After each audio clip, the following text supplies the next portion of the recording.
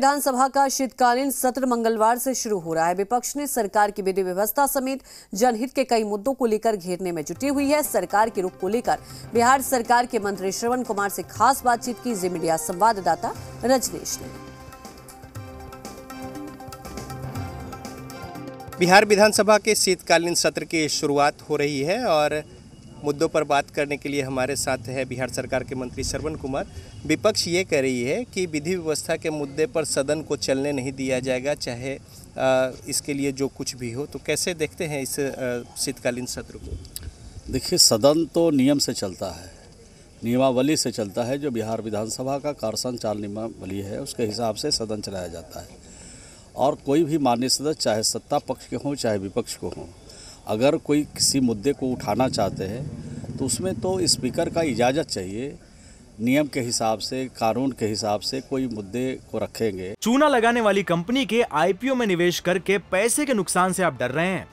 Best IPO निवेश करना चाहते हैं? फ्रीडम ऐप को डाउनलोड करें, आईपीओ निवेश में एक्सपर्ट बने। और स्पीकर जब इजाज़त देंगे तो उन मुद्दों को उठा सकते हैं। अब तो उनकी मर्जी है, वो सदन के अंदर रहें, सदन से बाहर चले जाएं, हंगामा करें। लेकिन हंगामा से समस्या का हल नहीं होता है। समस्या का हल होता है विचार विमर्श से, सदन में बहस से समस्या का हल निकलता है। तो जो माननीय सदस्य हैं या माननीय विपक्ष के जो हमारे सदस्य इस सवाल को उठा रहे हैं, उनसे मैं अनुरोध करना चाहता हूं कि राज्य की जनता ने आपको विपक्ष में बैठने का अवसर दिया है और राज्य के ज्वलंत सवालों को उठाना चाहते हैं तो नियम के हिसाब से सदन में लाइए और बहस कीजिए।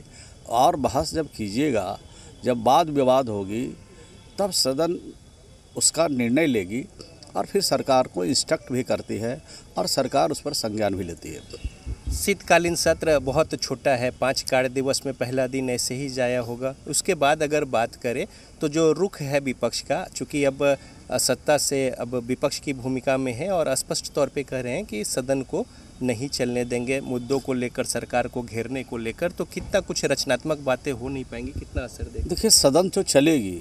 मैंने पहले कहा कि सदन नियम से चलता है, नियमावली से चलता है। सदन तो नियम से चलाया जाएगा, लेकिन जिनको सदन में के कार्यवाही में हिस्सा नहीं लेना है या उनकी रुचि नहीं है, उनको उनके समस्या का हल करने के उनके मन में कोई विचार नहीं है, तो वो स्वतंत्र हैं।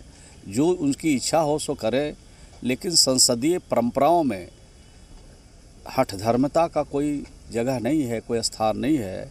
इसके लिए सदन में आपस में मिलजुल करके बातचीत करके नियम के हिसाब से चीज़ों को उठाएंगे।